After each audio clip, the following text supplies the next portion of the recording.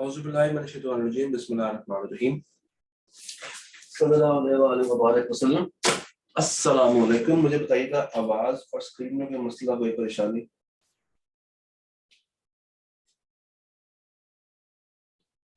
आवाज और screen clear है?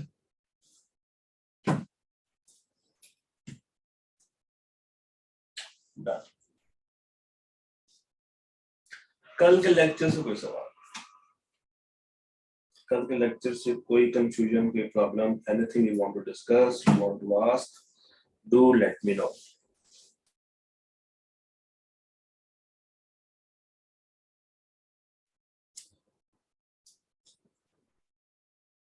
शेयर कैपिटल को हम लोगों ने कल शुरू किया था, आज खत्म कर देंगे और आज जल्दी खत्म कर देंगे क्योंकि थोड़ा सा रह गया। ओके, कोई सवाल नहीं है तो फिर शुरू करते हैं। कल हम लोगों ने क्या पढ़ा था जनाब? हम लोगों ने पढ़ा था कि शेयर्स क्या होते हैं, शेयर सर्टिफिकेट क्या होता है, ऑथराइज्ड ऑपरेटर में डिफरेंस क्या होता है, शेयर्स फुली पेड होने चाहिए, शेयर की नॉमिनल वैल्यू और मार्केट वैल्यू में क्या डिफरेंस है और ये डिफरेंस कहाँ पे जाता है वो भी देख लिया था। और कैपिटल क्लॉज को ऑल्टर कैसे किया जाता है हमने वो वाली बात भी स्टडी कर ली थी। इसमें 4 बातें थी: इंक्रीज, कैंसल, कंसोलिडेट और सब डिवाइड। तो आई होप ये चारों बातें आपको समझ आ गई है। एक पेज हम लोगों ने बीच में स्किप किया था, आज वही पेज के ऊपर हम लोग बात करेंगे। सबसे पहले देखते हैं kinds and classes of shares. देखो, अगर एक कंपनी लिमिटेड बाय शेयर है तो there are different kinds of share capital, there are different kinds of share capital और उसके साथ हर काइंड में वेरियस क्लासेस होते हैं। जब मैं काइंड्स ऑफ शेयर कैपिटल की बात कर रहा हूं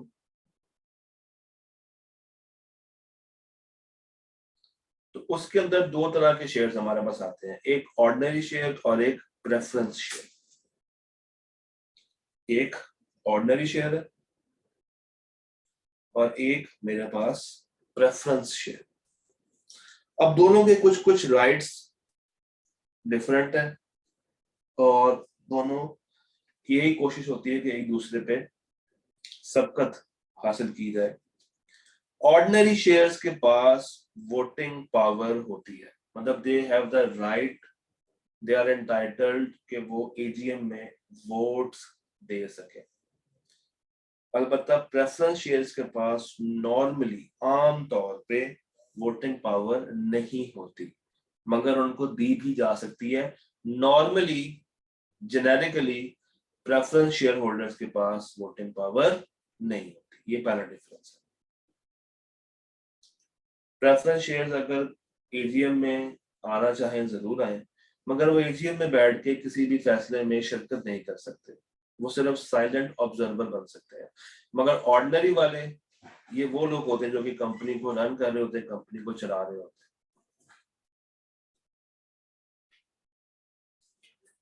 फिर डिविडेंड।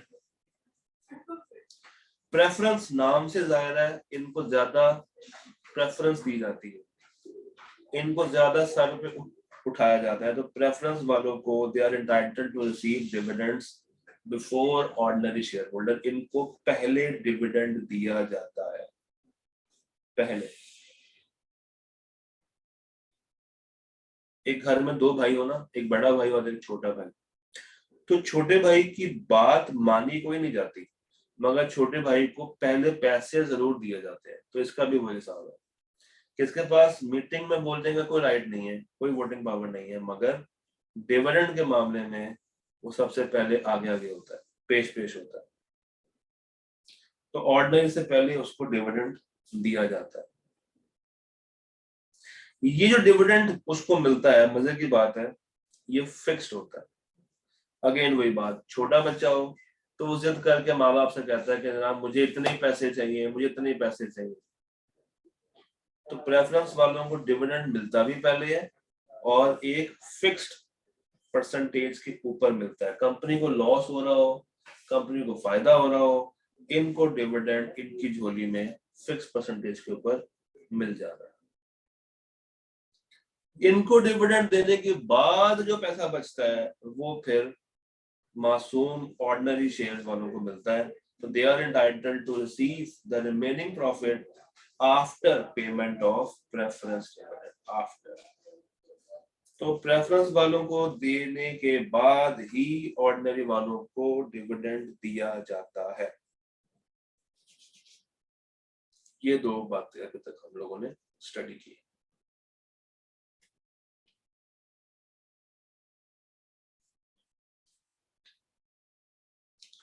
अगर एक कंपनी बंद हो रही है, कंपनी वाइंडिंग अप में जा रही है, वाइंडिंग अप कहते हैं बंद होना, कंपनी के ऑपरेशंस बंद हो गए हैं और कंपनी ने अप्लाई कर दिया कि मुझे वाइंड अप कर दें, मुझे खत्म कर दें, मेरे एसेट्स को बेच दें और बेच के जो जो मैंने पैसे देने हैं, जो मेरी लाइबिलिटीज हैं, उनको अदा कर दें। This is winding up. तो अगर वाइंडिंग अप हो रही है, तो वाइंडिंग अप के केस में जो प्रेफरेंस शेयर होल्डर्स हैं, उनको उनको सबसे पहले उनका पैसा वापस किया जाए। उनका प्रायर राइट है कि वो नॉमिनल वैल्यू के ऊपर अपने शेयर्स को वापस देके कंपनी से पैसे ले लें। मगर जब ऐसा कर लेंगे तो जो बाकी पैसा बचेगा उसमें फिर कोई उनका हिस्सा नहीं होगा। मगर ऑर्डिनरी के केस में, ऑर्डिनरी के केस में उनको पैसा तो मिलेगा, मगर प्रेफरेंस वालों को पे करने के बाद जो बचेगा वो इनको मिलेगा। तो कंपनी अगर बंद हो रही है तब भी प्रेफरेंस वाले फायदे में है, कंपनी अगर चल के प्रॉफिट कमा रही है तब भी वो फायदे में है। और मजे की बात, वो टेंशन भी नहीं लेते कंपनी कैसे चल रही कैसे नहीं चल रही। क्यों? क्योंकि इनको एक फिक्स्ड अमाउंट मिल जानी है। और जो टेंशन लेके बैठा हुआ है, जो वोट्स कर रहा है, जो कंपनी चला रहा है, वो फिक्स पे तो नहीं है, मगर जितना ज्यादा प्रॉफिट अर्न होगा, जितना ज्यादा प्रॉफिट अर्न होगा उसके अगेंस्ट उतना ही डिविडेंड उनको मिल जाएगा। तो higher the risk higher the reward, lower the risk lower the reward. जी, ये वही पैसा जो कि उन्होंने कंपनी को दिया था, कंपनी के शेयर्स वगैरह।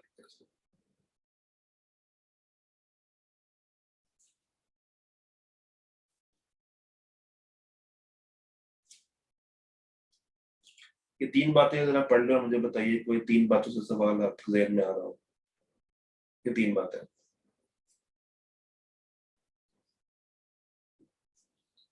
इन तीन बातों में कोई सवाल?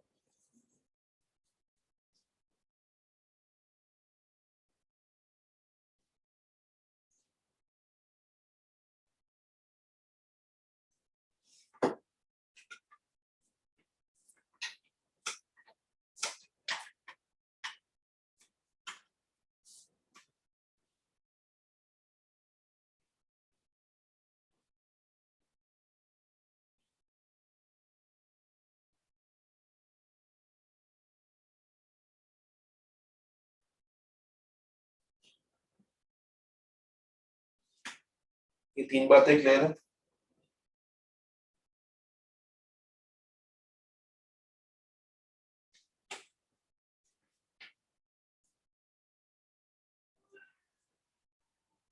जी, क्या तीन तीनों बातें क्लियर है?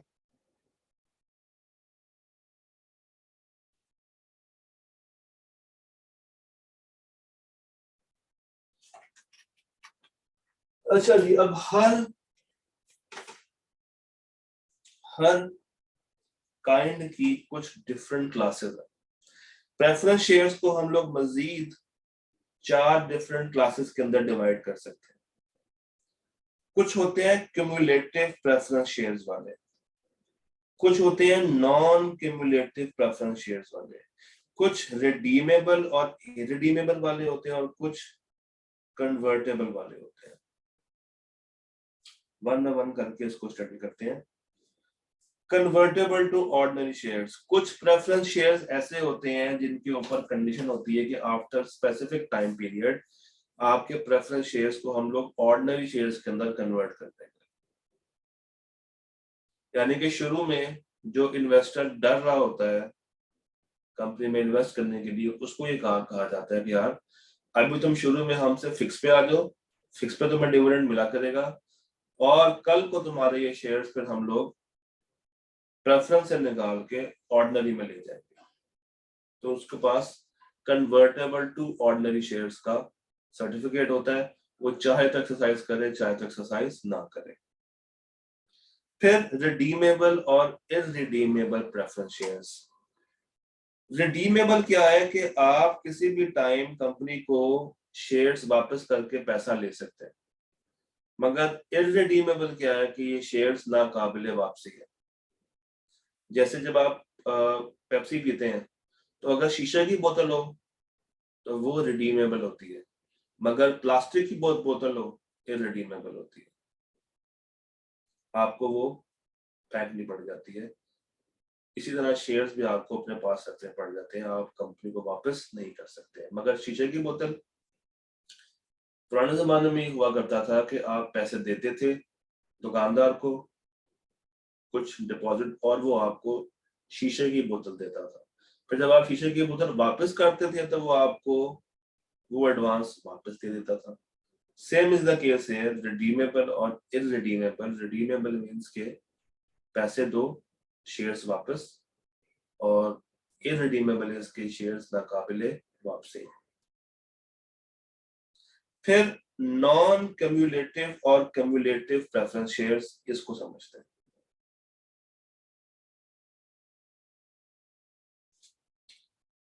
ये क्या होती है? 2000 एक्स में कंपनी को लॉस हो गया, जब लॉस हुआ तो नो प्रॉफिट, जब नो प्रॉफिट तो नो डिविडेंड।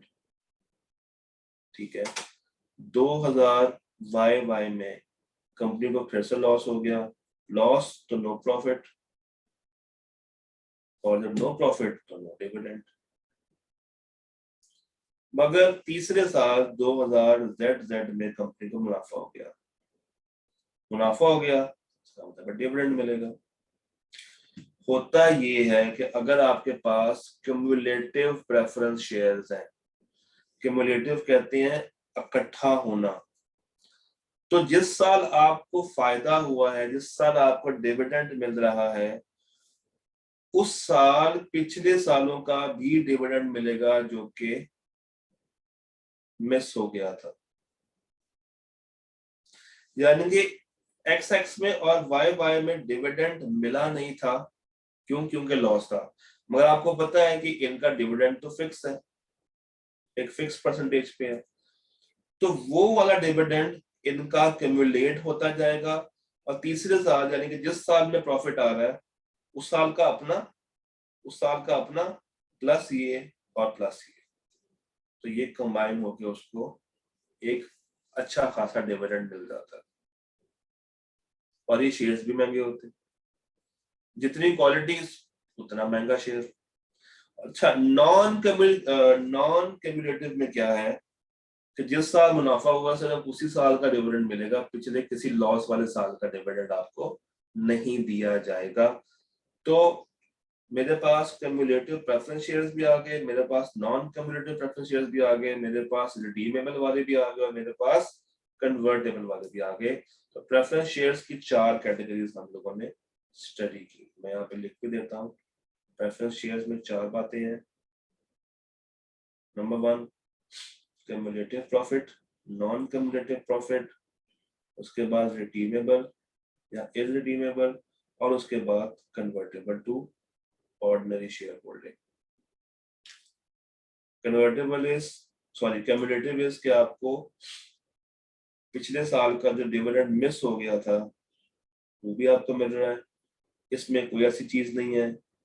रिडीमेबल के अंदर आप वापस कर सकते हैं, इररिडीमेबल में वापसी की इजाजत नहीं है, और कन्वर्टेबल में आप किसी भी टाइम आपके पास ये अथॉरिटी होती है कि आपको अगर प्रेफरेंस शेयर अच्छे नहीं लग रहे और आपने मीटिंग में वोटिंग करने के लिए जाना है तो आप उसको कन्वर्ट करवा सकते हैं इनटू ऑर्डिनरी शेयर्स, मगर बाद में ये रीकन्वर्जन पॉसिबल नहीं। तो ये प्रेफरेंस शेयर्स की कुछ क्लासेस हैं। इन चारों में कोई सवाल अगर है तो डिस्कस कर लेते हैं। चारों बातों में अगर आप मेरे लिए कोई सवाल रखते हैं तो बताइए।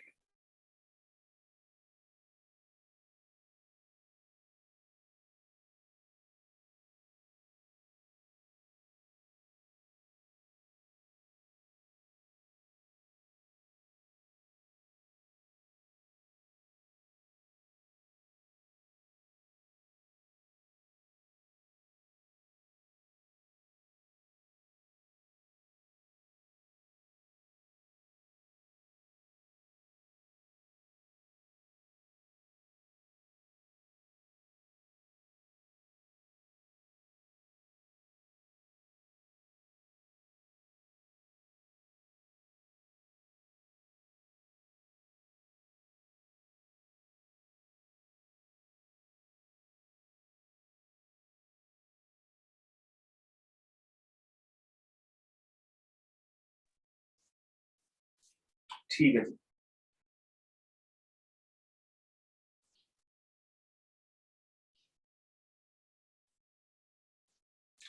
इसी तरह ऑर्डिनरी शेयर्स की भी कुछ क्लासेस होती है। ये डिपेंड करता है डिफरेंट वोटिंग राइट्स के ऊपर। हो सकता है कि कुछ शेयर्स पर ज्यादा वोटिंग पावर रखते हो, कुछ कम वोटिंग पावर रखते हो। इसके अंदर भी ना डिफरेंट क्लासेस होती हैं, क्लास ए के शेयर्स, क्लास बी के शेयर्स। तो ये डिपेंड करता है डिफरेंट वोटिंग राइट्स के ऊपर।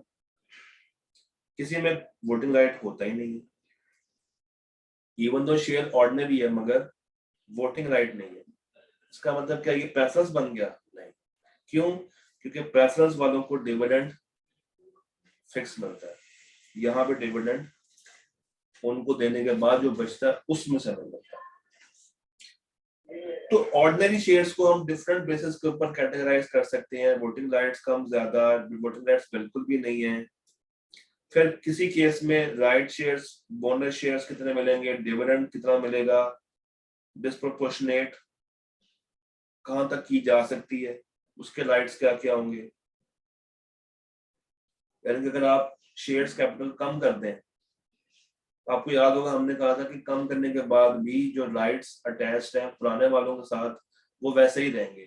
बट अगर कम करने से राइट्स भी उनके कम किए जा रहे हैं तो yes that can be done, अगर वो ऑर्डिनरी शेयर इस तरह के हैं। तो प्रेफरेंस शेयर के केस में तो हमें पता है कि यही चार कैटेगरीज है, मगर ऑर्डिनरी के अंदर कुछ भी पॉसिबल किया जा सकता है। वोटिंग राइट दी भी जा सकती है, छीनी भी जा सकती है, कम भी की जा सकती है। पेड अप शेयर के राइट्स कम किए जा सकते हैं। किसी शेयर पे बोनस इशू ज्यादा मिलेगा, किसी पे कम मिलेगा, किसी पे राइट इशू ज्यादा है तो किसी पे कम है, किसी का डिविडेंड ज्यादा तो किसी का डिविडेंड कम है। तो ये डिफरेंट क्लासेस के ऊपर डिपेंड करता है on the basis of increase और डिक्रीज इन डिफरेंट वेरिएबल्स। तो ये बॉक्स आपने एज इट इज क्रैम कर लेना है। आई के आपने उसका डिफरेंस बहुत दफा पूछा है, ये बातें हमें समझ आई। अब आज का आखिरी topic, variation in share capital. Share capital के अंदर चेंज। जैसा कि हमने अभी ऊपर देखा कि ऑर्डिनरी शेयर्स के अंदर डिफरेंट क्लासेस होती हैं। कुछ कैटेगरी ए ऑर्डिनरी शेयर्स रखते हैं,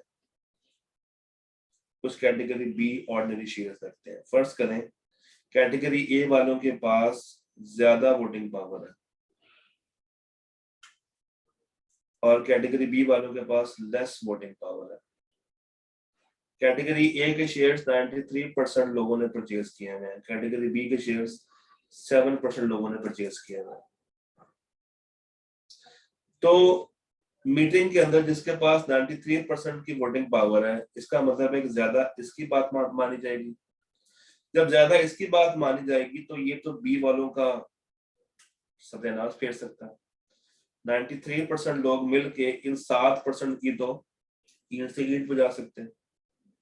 तो लॉ ने कहा कि अगर किसी एक क्लास ऑफ शेयर होल्डिंग के लोग मिल जाएं और मिलके वो ये डिसाइड कर लें कि दूसरी क्लास को मजीद दबा देना है, उसके राइट्स को मजीद स्क्वीज कर लेना है, तो उसके लिए पहले तो आपको एक स्पेशल रेजोल्यूशन पास करनी पड़ेगी। पहले जो कैटेगरी ए वाले हैं वो क्या पास करेंगे, स्पेशल रेजोल्यूशन। और अगर ये स्पेशल रेजोल्यूशन ऐसी है जिससे दूसरी कैटेगरी यानी कि कैटेगरी बी के राइट्स इफेक्ट हो रहे हैं, तो ये रेजोल्यूशन उस वक्त तक नहीं पास की जाएगी जब अफेक्टेड क्लास ऑफ ग्रुप यानी कि कैटेगरी बी वाले शेयर्स रखने वाले लोगों की 3/4 मेजॉरिटी इस रेजोल्यूशन को अप्रूव ना करते। सबसे पहले कैटेगरी ए वाले पास करेंगे स्पेशल रेजोल्यूशन। उसमें क्या होगा कि हम कैटेगरी बी वालों के राइट्स मजीद कम कर रहे हैं। ये रेजोल्यूशन उस वक्त तक पास नहीं की जा सकती जब कैटेगरी बी वाले लोग 3/4 मेजॉरिटी से उसको अप्रूव करते हैं। अगर उससे कम अप्रूवल है तो फिर ये रेजोल्यूशन पास नहीं की जाएगी। ये 2 लाइनें पढ़ रहा हूं, मुझे बताइए कोई सवाल।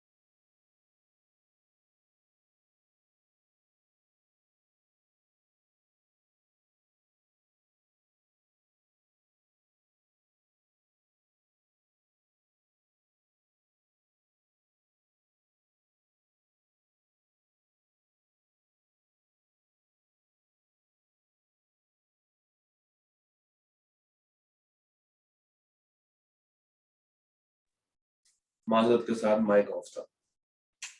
फिर से स्टार्ट करते हैं, इसको मिटाते हैं और फिर से आते हैं।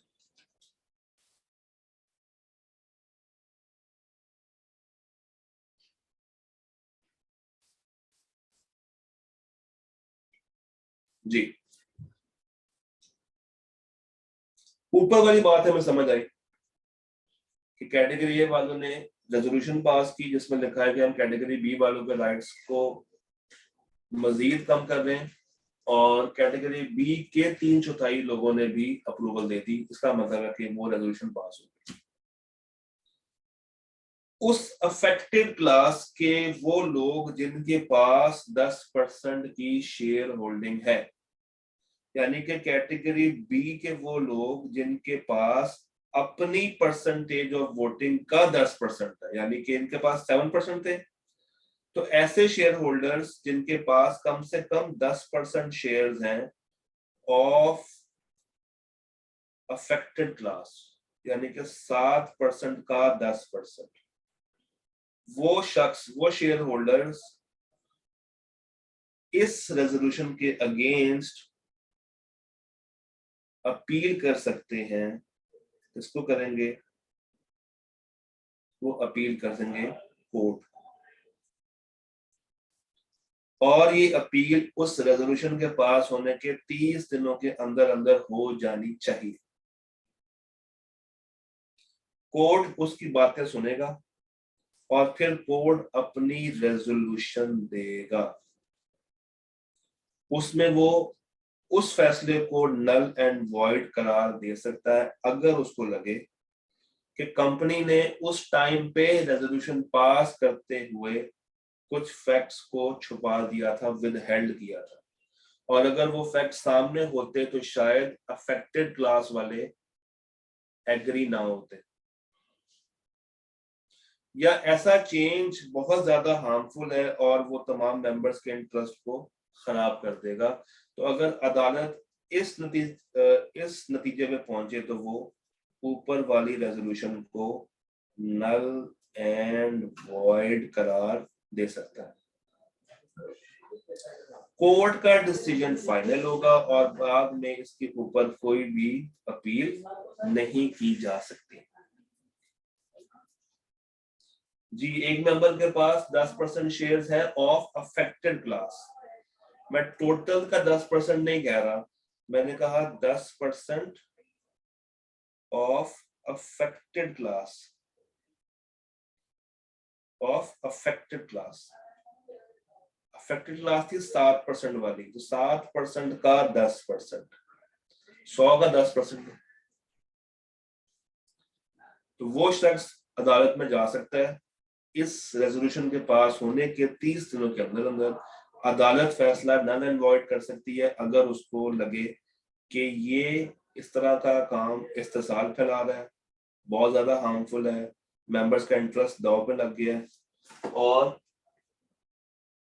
कंपनी ने कुछ फैक्ट्स को विदहेल्ड किया था at the time of passing this resolution, और अगर ये फैक्ट्स छुपाए ना जाते तो इस टाइम पे इस तरह की डीलिंग ना हो रही होती। कोर्ट का फैसला आखिरी है और ये फैसला चैलेंज नहीं होगा। कोर्ट का ये फैसला आपने 15 दिनों के अंदर अंदर रजिस्ट्रार भाई को भी जमा करवा देना है। ये लाइन टेक्निकली ऊपर होनी चाहिए थी, बट चले कोई नहीं, हमने नीचे से उसको पढ़ लिया। This marks the end of chapter 5। आसान सा चैप्टर है, क्रैमिंग बेस्ड चैप्टर है, प्रोसीजरल चैप्टर है। इसको याद कर लें आज के दिन में तो आपको काफी ज्यादा फायदा मिल जाएगा। कल हम लोग स्टार्ट करेंगे चैप्टर नंबर 10 और चैप्टर नंबर 10 को डिस्कस करेंगे। हमारा जो अगला टेस्ट है उसका सिलेबस है 9, 10 और 12। तो हम लोग क्लास करेंगे वेडनेसडे को, थर्सडे को, फ्राइडे को। हमारी 3 क्लासेस होंगी, वेडनेसडे, थर्सडे, फ्राइडे, जिसमें हम चैप्टर 10 कवर करेंगे। सैटरडे को मैं क्लास नहीं लूंगा, सैटरडे को मैं आपको chapter number 12 winding up video form में प्रोवाइड करूंगा।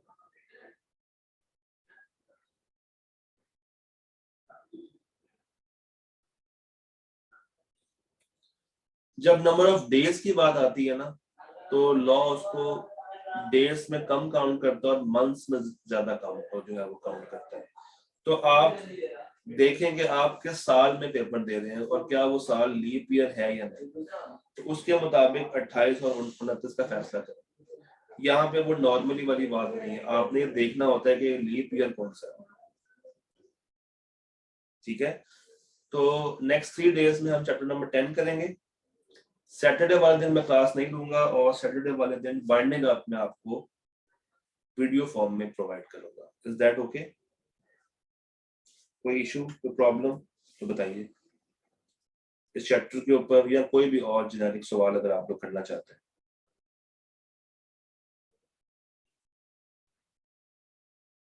ना, अगर हमारा चैप्टर नंबर 10 2 दिनों में हो गया ना, वेडनेसडे को और थर्सडे को, तो फिर मैं आपको ये वीडियो फ्राइडे को प्रोवाइड कर दूंगा। ठीक है, तो वो मसला नहीं। इसके साथ फिर वो कुछ पास पेपर्स भी मैं लगा दूंगा जैसे मैंने पहले लगाए थे। ठीक है जी, take good care of yourself, तैयारी करें। अल्लाह हाफिज।